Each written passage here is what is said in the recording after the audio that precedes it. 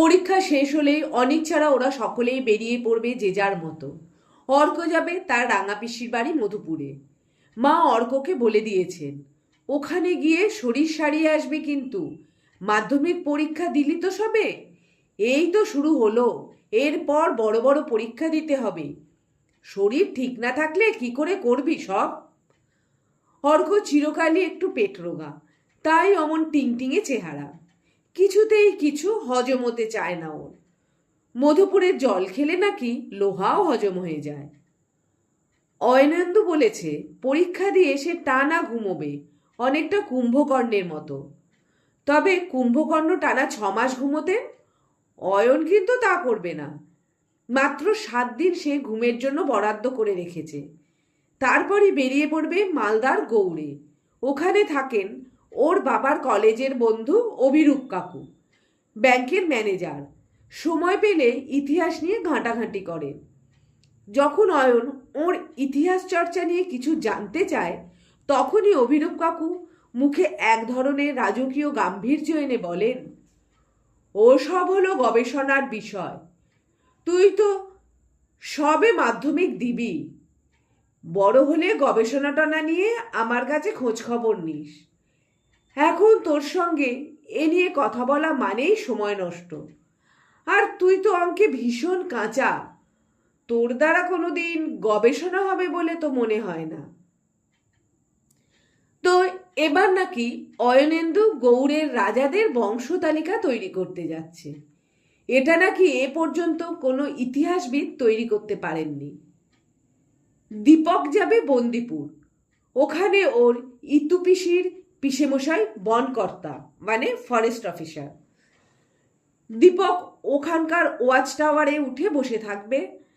ইতুপিসি tiffin ক্যারিয়ারে করে লুচি আর মাংস ভরে দেবেন। দীপক ওই টঙে বসে টুকটুক করে ওসব মাংস খাবে আর বাঘের ঘোরাফেরা খুনসুটি ক্যামেরাবন্দি করবে। তারপর ফিরে এসে ওই সব ফটো একটা সিডিতে ভরে ন্যাশনাল জিওগ্রাফিক চ্যানেলের টেলিকাস্টের জন্য পাঠাবে। বেশ কিছুদিন ধরে তাই সে আহ্লাদে 36খানা হয়ে ঘুরে বেড়াচ্ছে। অনেক কিন্তু কোথাও যাবে না পরীক্ষার পর। পরীক্ষা দিয়েই বসে যাবে 11-এর অঙ্ক বই নিয়ে। অনেক ঠিক করেই রেখেছে, এরপর অঙ্ক নিয়ে পড়বে, তারপর ইঞ্জিনিয়ার হবে। অনেক বলে রেখেছে, আমি ইঞ্জিনিয়ার হয়ে যখন বড় বড় ব্রিজ আর হাউজিং কমপ্লেক্স বানাবো, তোরা তখন চেয়ে চেয়ে দেখবি। আমার ইচ্ছে আছে একটা চলমান ব্রিজ বানাবো গঙ্গাসাগর থেকে দীঘা। বঙ্গোপসাগরের উপর দিয়ে ব্রিজটা ভেসে ভেসে চলে যাবে। মাত্র 37 মিনিট লাগবে গঙ্গাসাগর থেকে দীঘা যেতে। ওর কথা শুনে অয়নেন্দু বলেছিল, জলের উপর কিভাবে ভাসবে ব্রিজটা? এ কি রূপকথার গল্প নাকি? আর এটাকে তুই ব্রিজই বা বলছিস কেন? একে তো জলট্রাম বলাই ভালো। অনেক বলেছিল, সে যখন বানাবো তখন দেখে নিস, চারিদিকে হইচই পড়ে যাবে, এমনকি বিদেশ থেকেও আমাকে ভাড়া করে নিয়ে যেতে লোক চলে আসবে, দেখে নিস।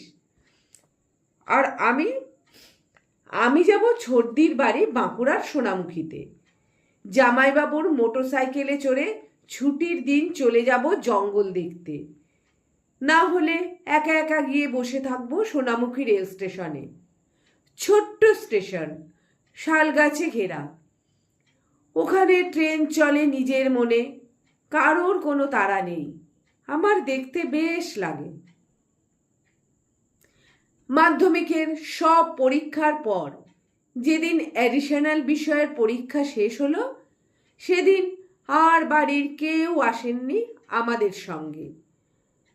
পরীক্ষা দিয়ে বেরোতেই সব ভণ্ডুল করে দিয়ে অর্ক বলল, শোন, আমার মাথায় একটা দারুণ আইডিয়া এসেছে।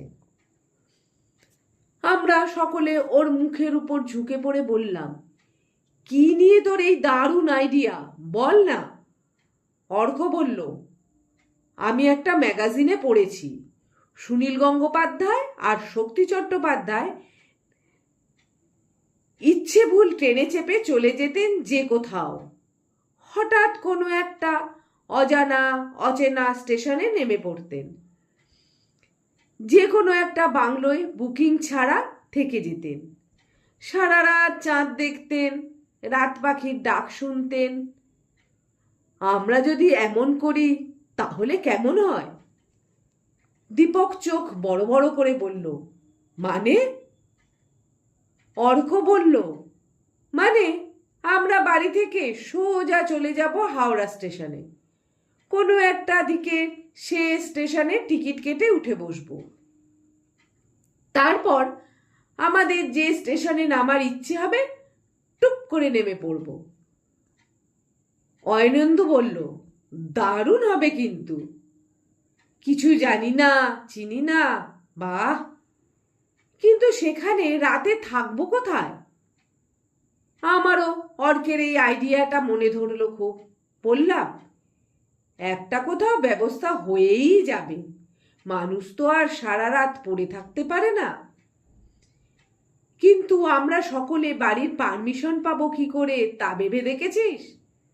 দীপক বলল, পারমিশন পেতে হলে সবাইকে কিন্তু সকলের বাড়ি বাড়ি গিয়ে বায়না করতে হবে। তবে যদি... অর্ক বলল, রাতে কোথায় থাকবো?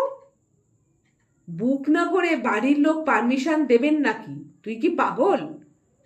না, তার চেয়ে আমি ঘরে বসে বিজ্ঞানীদের জীবনী পড়ব, আবিষ্কারের মজার মজার গল্প পড়ব, সে ঢের ভালো।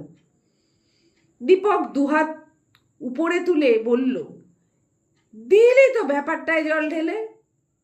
এরকম করলে তোরা কোনোদিন অ্যাডভেঞ্চারে যেতেই পারবি না। তোদের দৌড় আমার দেখা আছে। সেদিন কোনো সমাধানে পৌঁছানো গেল না, যে যার বাড়ি ফিরে গেলাম। মনে ভরসা থাকলো, কাল তো ফের সকলের সঙ্গে দেখা হবে। কালই তো অর্কর জন্মদিন, তখন ওর বাড়িতে গিয়ে এই নিয়ে আলোচনা করা যাবে। অর্কর জন্মদিনের হুল্লোড়ের মধ্যেই দীপক আমাদের বলল, হ্যাঁ রে, আমাদের অ্যাডভেঞ্চারের কি হলো? বাতিল? আমি বললাম, না, কাল বাবাকে বলেছি। বাবা বলেছেন টাকি বেড়াতে যেতে। মা কিছুতেই রাজি হচ্ছিলেন না, শেষে নিমরাজি হয়েছেন। বাবা বলেছেন আগে কাল দেবেশকে ফোন করি, তারপর। সবাই একসঙ্গে বলে উঠল, দেবেশকে? আমি বললাম, দেবেশ কাকু আমার বাবার বন্ধু, ট্যুরিজম ডিপার্টমেন্টে কাজ করেন। টাকির ট্যুরিস্ট বাংলোয় ঘর খালি থাকলে বুক করে দেবেন। সেই মতো আমরা টাকি যাব।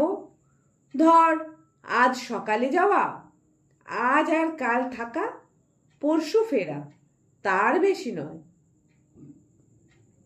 অয়নেন্দু বলল, আমার বাড়িতে রাজি করানো যাবে না, এই আমি আগে থেকেই বলে রাখলাম।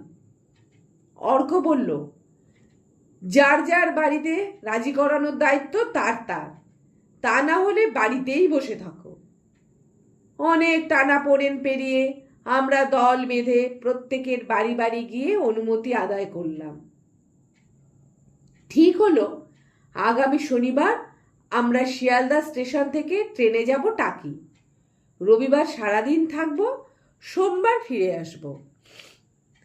দেবেশ কাকু ট্যুরিস্ট বাংলোয় একটা 4 রুম বুক করে দিয়েছেন। অর্ক বলল, শুক্রবার বিকেলে আমরা একবার সকলে কোথাও দেখা করব, কি বল? আমরা সকলে সায় দিয়ে বললাম, হ্যাঁ তা তো বটেই, তার আগে ব্যাগ ট্যাগ গুছিয়ে ফেলতে হবে। ওই দিন অনিকদের বাড়ির পাশের খেলার মাঠে আমরা সবাই হাজির হলাম। অনিক যাবে না, তাই আমাদের এই অ্যাডভেঞ্চারে তার একটুও ইন্টারেস্ট নেই, সে এলো না। এবার সকলকে অবাক করে দিয়ে অয়নেন্দু বলল, কাল কিন্তু আমরা ঠিক 7টায় হাওড়া স্টেশনে বড় ঘড়ির তলায় হাজির হয়ে যাব। আমি বললাম, এই তুই কি বলছিস? হাওড়া কেন? আমাদের তো শিয়ালদা স্টেশন থেকে ট্রেন ধরার কথা। অয়নেন্দু বলল, তাহলে আর অ্যাডভেঞ্চার হলো কোথায়? শোন, আমরা কাল সকালে হাওড়ায় যে কোনো দিকের একটা ট্রেনের টিকিট কেটে তারপর ধাঁ। আমাদের কারোর চোখে আর পলক পড়ছে না। অয়নেন্দু বলল, কারোর বাড়িতে কেউ কিচ্ছু বলবি না কিন্তু। আমার মনে যে একটু দ্বিধা ছিল না তা বলতে পারি না, কিন্তু ভিতরে ভিতরে অ্যাডভেঞ্চার যেন পেয়ে বসতে লাগলো। শেষমেশ আমিও ঘাড় নেড়ে দিলাম। পরের দিন 7টার খানিকটা আগেই আমরা এসে গেলাম হাওড়া স্টেশনে। শুধু অভ্যেস মতো দেরি করে এলো অয়নেন্দু। এসেই বলল, চল চল, আমাদের টিকিট কাটা হয়ে গেছে, আর দেরি নয়। আমরা দেখলাম ওর হাতে টিকিট। অয়নেন্দু টিকিটটা নাচিয়ে নাচিয়ে বলল, এটাই তো আমাদের অ্যাডভেঞ্চারের প্রাণভোমরা।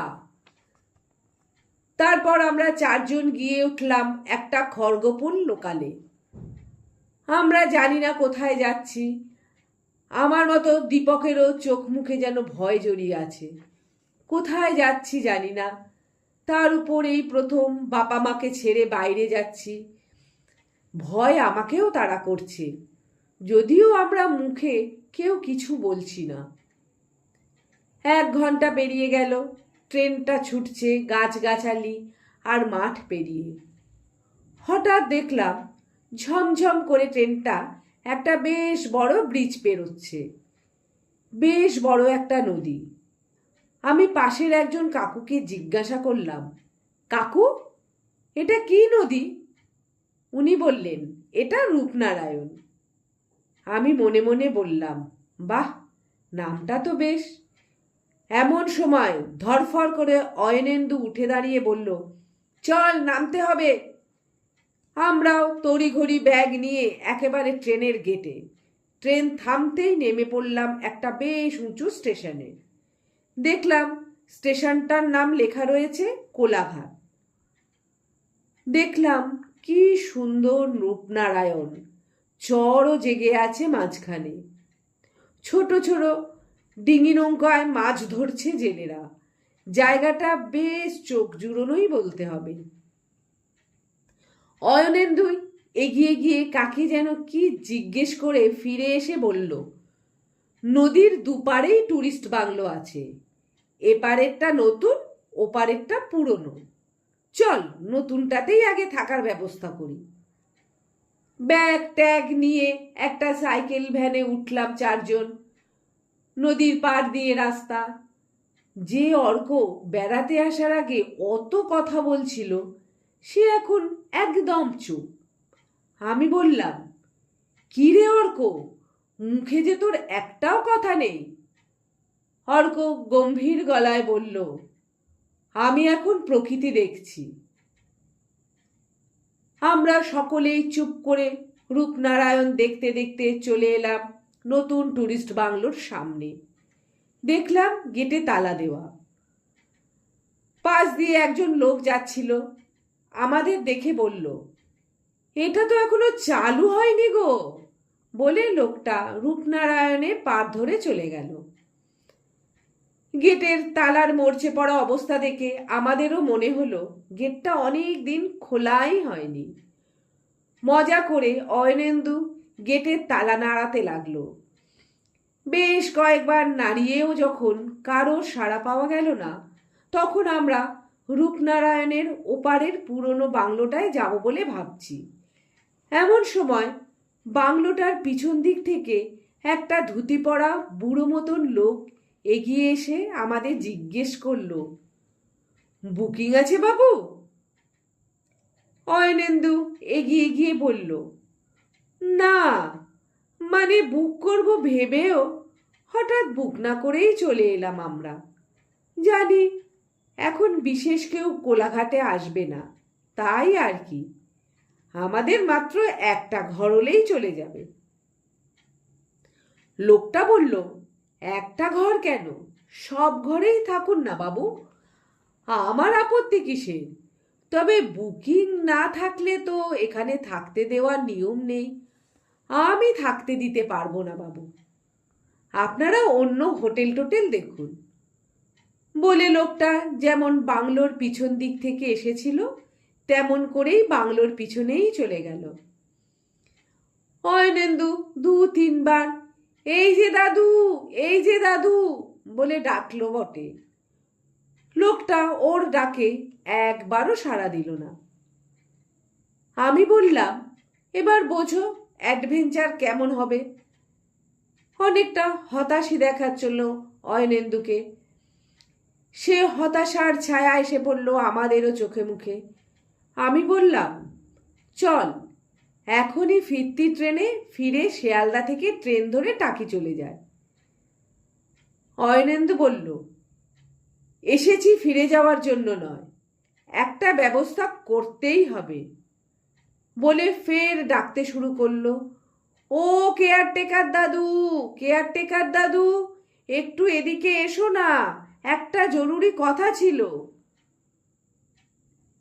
কিন্তু ওদিক থেকে কোনো উত্তর এলো না। হঠাৎ অয়নেন্দু লাফ কেটে গেটটা টপকে চলে গেল বাংলোর পিছন দিকে। আমরা হাঁ করে তাকিয়ে থাকলাম কখন অয়নেন্দু ফিরে আসে। মিনিট 10 পরে ও ফিরে এলো হাসতে হাসতে। এসেই সুখবরটা দিতে যাচ্ছিল, এমন সময় লোকটা একটা চাবির গোছা নিয়ে এগিয়ে এলো গেটের দিকে। আমরা বুঝে গেলাম অয়নেন্দু ম্যানেজ করেছে লোকটাকে। লোকটা গেটটা খুলতে খুলতে বলল, আমি থাকতে দিচ্ছি বটে, কলকাতা থেকে বুকিং নিয়ে লোক এসে গেলে তখন কিন্তু ঘর ছেড়ে দিতে হবে। অয়নেন্দু দুদিক ঘাড় দুলিয়ে বলল, সে তো বটেই, সে তো বটেই, তখন আমরা কলকাতা ফিরে যাব, তোমাকে কথা দিয়ে রাখলাম দাদু। আমরা বাংলোর লনে ঢুকে পড়তেই লোকটা ফের গেটে তালা লাগিয়ে দিল। আমরা চোখ চাওয়াচাই করে বললাম, দাদু আমরা ঘুরতে যাব তো, এখানে এসেছি মানে তো আর সারাদিন বাংলোর মধ্যে বসে থাকবো না, গেটে তালা দিয়ে দিচ্ছ কেন? লোকটা বলল, সে যখন যাবেন তখন খুলে দেব বাবু। আমরা এত ছোট, তবু লোকটা আমাদের আপনি করে কথা বলছে। দীপক বলল, লোকটা কিন্তু মন্দ নয় রে, যতই হোক বিনা বুকিংয়ে আমাদের থাকতে তো দিল। বাংলোটা নতুন সবে তৈরি হয়েছে, আমাদের জন্য একটা 4 বেডের রুম খুলে দিল লোকটা। আসার সময় যে লোকটা বলেছিল বাংলোটা এখনো চালু হয়নি, বিছানাপত্র দেখে অন্তত সেরকমই মনে হচ্ছে। অয়নেন্দু ঢুকেই ধপাস করে বিছানায় শুয়ে পড়ল। ওর দেখা দেখি অর্ক। আমি শুতে যাচ্ছি এমন সময় অয়নেন্দু বলল, তুই আর দীপক এবার দাদুকে দিয়ে খাওয়ার ব্যবস্থা কর, আমি কিন্তু এর মধ্যে নেই। আমি আর দীপক রান্নাঘরে গিয়ে দেখি কেয়ারটেকার দাদু নিজের রান্নার ব্যবস্থা করছে। লোকটা কিন্তু বেশ, বুকিং ছাড়াই আমাদের থাকতে দিয়েছে। এখন না বলতেই যদি খাবার আয়োজন করে তাহলে তো কোনো জবাব নেই। দীপক ফিস করে আমাকে বলল, দেখিস বকশিসটা ভালোই দিতে হবে, প্লাস ঘর ভাড়ার টাকাটা তো নিজেই পকেটে ঢোকাবে, এমনি কি আর অত করবে নাকি? আমি বললাম, আজ দুপুরে কি মেনু গো দাদু? লোকটা আনাজ কাটতে কাটতে মাথা না তুলেই বলল, এই আমার যা হোক একটা কিছু হলেই চলে যায়। আমি অবাক হওয়ার ভঙ্গি করে বললাম, আমরা কোথায় খাবো দাদু, আমাদেরও তো খাওয়ার ব্যবস্থা করো। লোকটা আমার কথার কোনো জবাব না দিয়ে শুধু ঘাড় নেড়ে না বলল। একটু চুপ করে থেকে বলল, আমারটা আমি করে নিয়েছি, ট্যুরিস্টদের জন্য বাকিটা সরকার বাহাদুর করবে, কবে তেনাদের যদি মর্জি হয়। আমি আর দীপক ফিরে এসে অয়নেন্দুদের বললাম, খাওয়ার ব্যবস্থা হবে না, চল শুয়ে থাকলে হবে, বেরোবি না, বাইরে খেতে হবে, এখানে নাকি খাওয়ার কোনো ব্যবস্থাই হয়নি এখনো। অর্ক বলল, এখন চান করে চল বেরোই, কোনো একটা হোটেলে পেট ভরে খেয়ে এসে টানা ঘুম, বিকেলে বেরোনো। কি বলিস অয়ন? এই অ্যাডভেঞ্চারের আইডিয়াটা দেওয়ার পর থেকে অয়নেন্দু আমাদের লিডার হয়ে গেছে। আমাদের মনে হচ্ছে ওকে না বলে কিছু করাটা ঠিক হবে না। দুপুর নাগাদ প্রত্যেকের বাড়ি থেকে 3 নম্বর ফোন এলো। এর আগে শিয়ালদা স্টেশনে পৌঁছানোর খবর আর ট্রেন ধরার খবর নেওয়া হয়ে গেছে। আমরা ঠিকমতো টাকি পৌঁছেছি কিনা, ঘর পাওয়া নিয়ে কোনো সমস্যা হয়েছে কিনা, সব কোয়ারি শেষ। এবার চান করে হেঁটে হেঁটে একটা হোটেলে গিয়ে খেয়ে ফিরে এসে শুরু হলো আমাদের জমিয়ে আড্ডা। সকলেই ভীষণ খুশি অয়নেন্দুর ওপর। ও না বললে এমন একটা অচেনা আনন্দ আমরা পেতাম না। লোকটাকে আর একবারও দেখতে পেলাম না। বিকেল গড়িয়ে পড়েছে সন্ধ্যের দিকে। কখন থেকে ইলেকট্রিক চলে গেছে, আর আসার নামই নেই। আমরা ঠিক করলাম এই যে বেরোবো, একেবারে রাতের খাওয়া খেয়ে ফিরবো, তখন আলো নিশ্চয়ই এসে যাবে। কিন্তু লোকটাকে তো বলে যেতে হবে। আমরা চারদিক খুঁজে ফেললাম, কোথাও পাওয়া গেল না। অয়ন বলল, হয়তো কাছে কোথাও গেছে, এক্ষুনি চলে আসবে। সন্ধে হয়ে এলো, তখনও লোকটার দেখা নেই। আমরা বাংলোর সামনে রূপনারায়ণের ধারে গিয়ে বসলাম। বাংলো খোলা রেখে তো আর যাওয়া যায় না।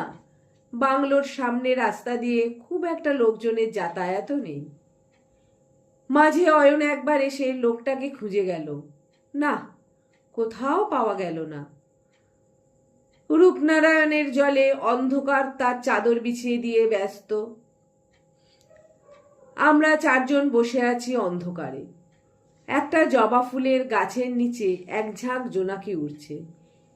কেমন ভয় ভয়ও করছে আমাদের। অজানা জায়গা। এমন সময় আলো জ্বলে উঠল বাংলোয়। আমরা হই হই করে বাংলোয় ফিরে এলাম। এসে গোটা বাংলোটা খুঁজে দেখলাম, কোথাও লোকটাকে দেখতে পেলাম না। অয়নন্দু বলল, শোন, আমাদের মধ্যে 2 জন এখানে থাক, আর 2 জন যাক রাতের খাবার কিনতে। কে কে থাকবি আর কে কে যাবি তোরা ঠিক কর। দেখা গেল অয়ন ছাড়া কেউই বাংলোয় থাকতে রাজি নয়।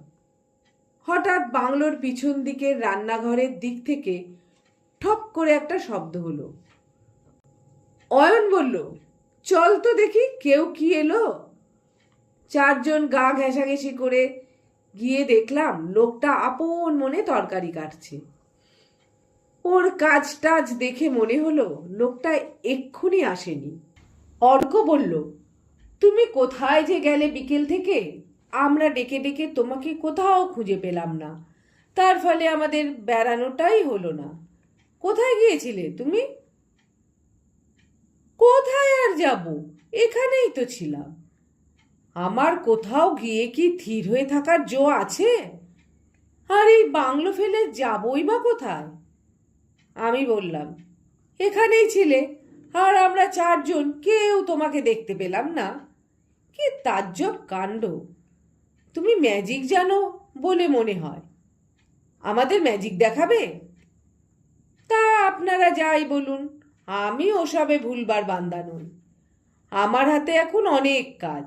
আপনাদের জল টল সব দিয়ে দিয়েছি, খেয়ে দিয়ে আসুন, দেরি করবেন না কিন্তু, বলে লোকটা কুটুস কুটুস করে ফের আনাজ কাটতে লাগলো।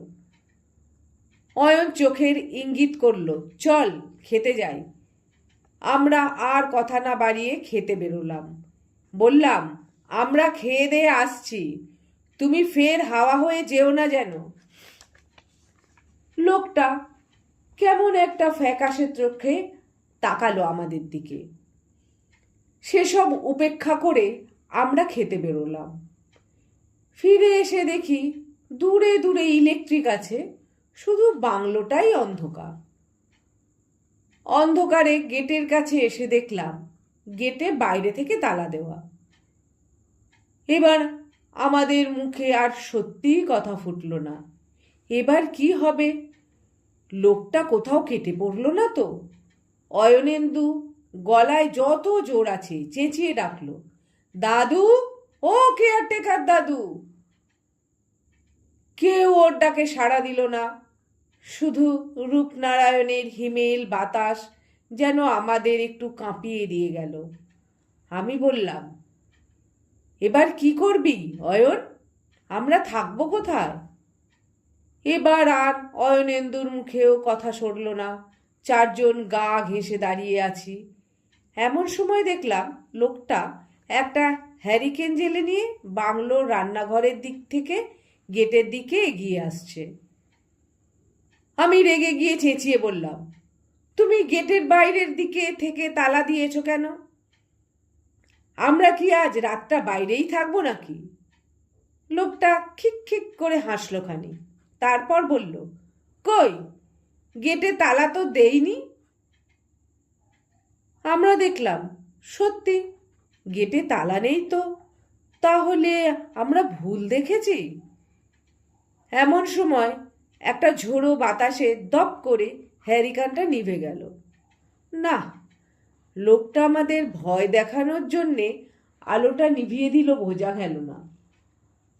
আমরা তাকিয়ে দেখলাম উধাও হয়ে গেছে।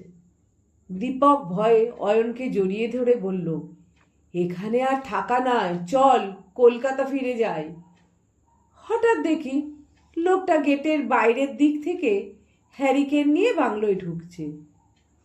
আমি মনে মনে বললাম, লোকটা সত্যি নাকি মিথ্যে? লোকটা বিশ্রীভাবে হাসলো আমাদের দিকে তাকিয়ে, তারপর বলল, আপনারা বড্ড ভীতু মানুষ। আমি ওই ওদিক থেকে হ্যারিকেনটা জ্বালিয়ে আনলাম তো, আজ আর আলো আসবে বলে মনে হয় না। চলুন, আপনারা শুয়ে পড়বেন।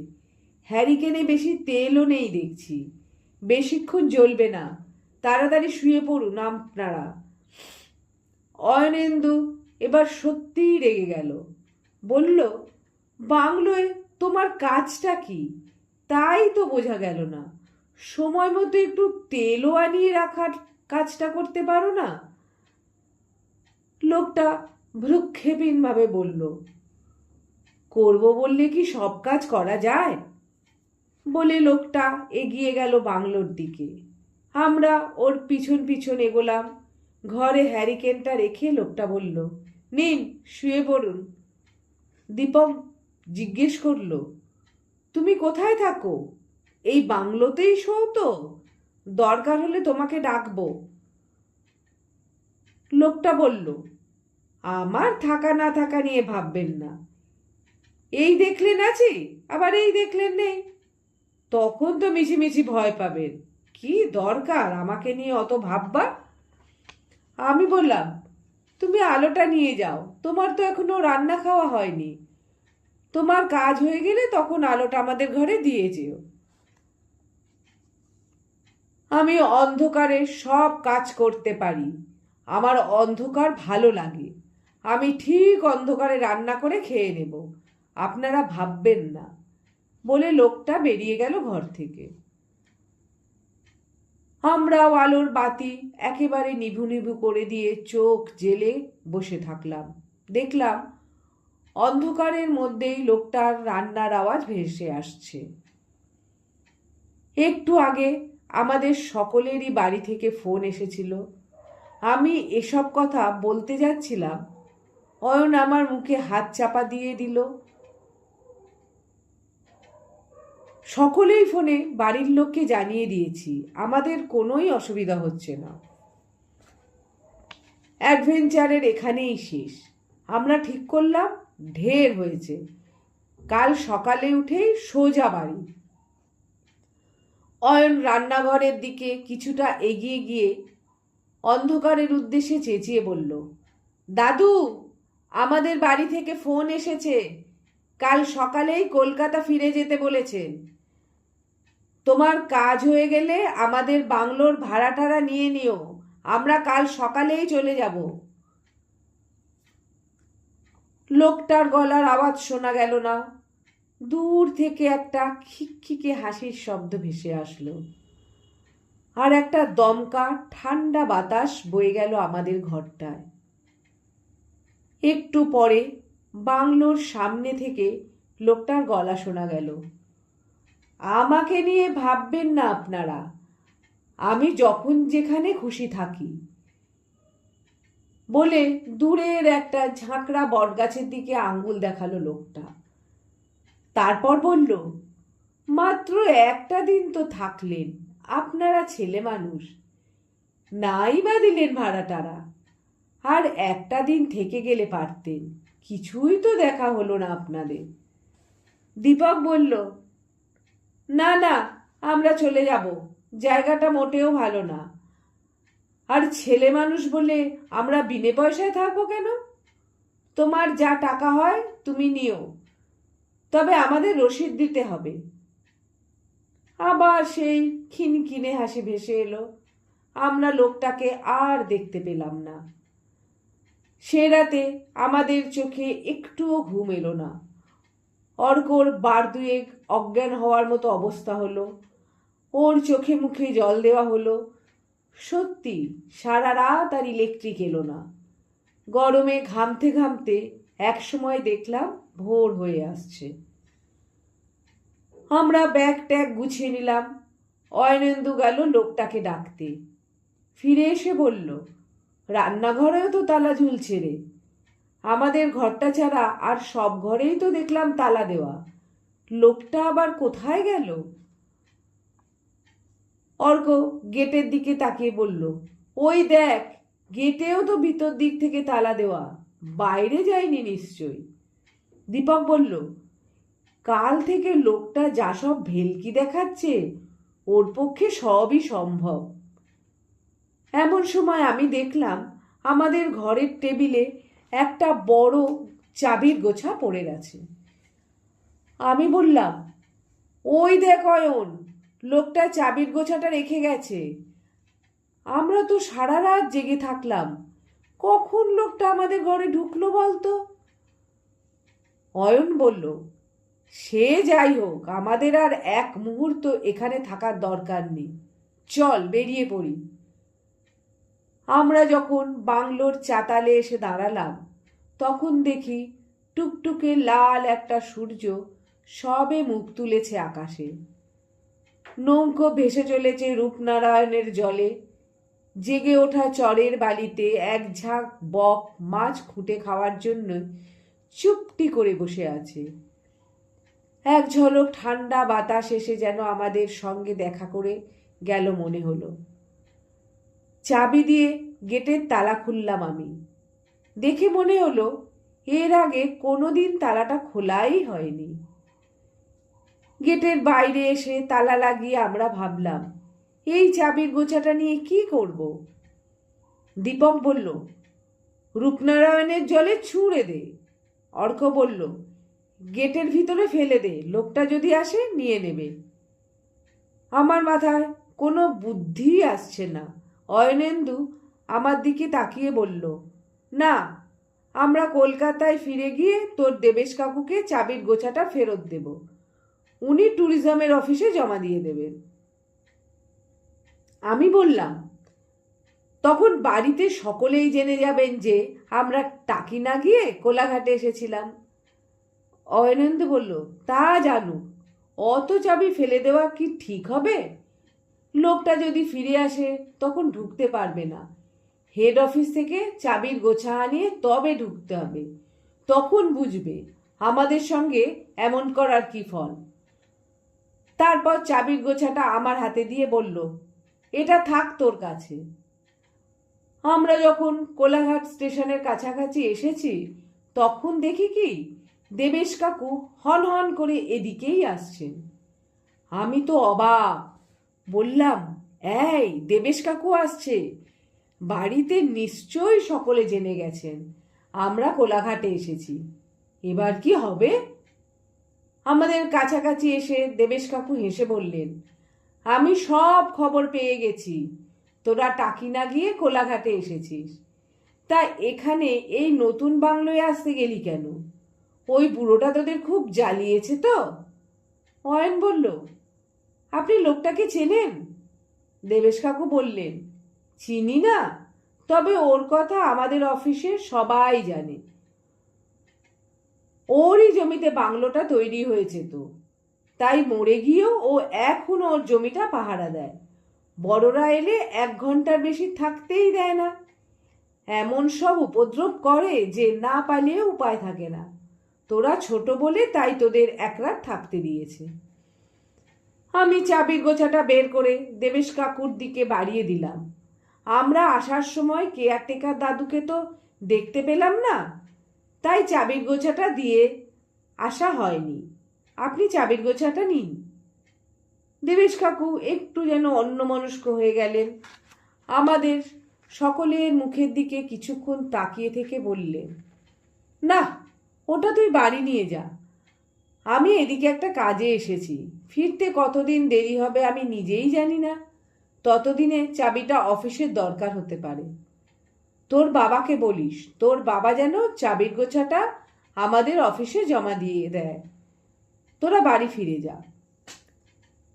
আমি চাবির গোছাটা ব্যাগে রাখতে রাখতে দেবেশ কাকুর মুখের দিকে তাকালাম। দেখলাম দেবেশ কাকু মুখটা ফিরিয়ে নিয়ে যেমন হনহন করে এসেছিলেন অমন হনহন করেই বাংলোটার দিকে চলে গেলেন। আমরা হাওড়ার টিকিট কেটে স্টেশনে এসে দাঁড়িয়েছি। ভাবলাম, কাল তাহলে আমরা ভূতই দেখেছি। আমাদের 4জনেরই কারোর মুখে কথা নেই। উঁচু স্টেশন থেকে দেখলাম নিচ দিয়ে কুলকুল করে বয়ে চলেছে রূপনারায়ণ। এখনো শীত আসতে দেরি, তবু চরের বালির উপর অসময়ের অনেক কাশ ফুটে আছে। অয়নেন্দু বলল, হ্যাঁ রে, কালকের লোকটা তাহলে। এমন সময় বাবা ফোন করলেন আমাকে, তোরা আজই টাকি থেকে বাড়ি ফিরে আয়, এক্ষুনি। বাবার ফোনটা রিসিভ করতে গিয়ে কখন আমার ফোনটার স্পিকার অন হয়ে গিয়েছে। অয়ন, দীপক আর অর্কও আমার কাছে সরে এলো বাবা কি বলছেন শোনার জন্যে। ওদিক থেকে বাবা বললেন, আজ রাতে দেবেশ অফিস থেকে বাড়ি ফেরার পথে মোটর বাইক অ্যাক্সিডেন্টে মারা গেছে। তোদের আর ওখানে থাকতে হবে না, এক্ষুনি বাড়ি ফিরে আয়। আমি ঘামতে ঘামতে ব্যাগে হাত ঢুকিয়ে দেখলাম চাবির গোছাটা আমার ব্যাগেই পড়ে আছে।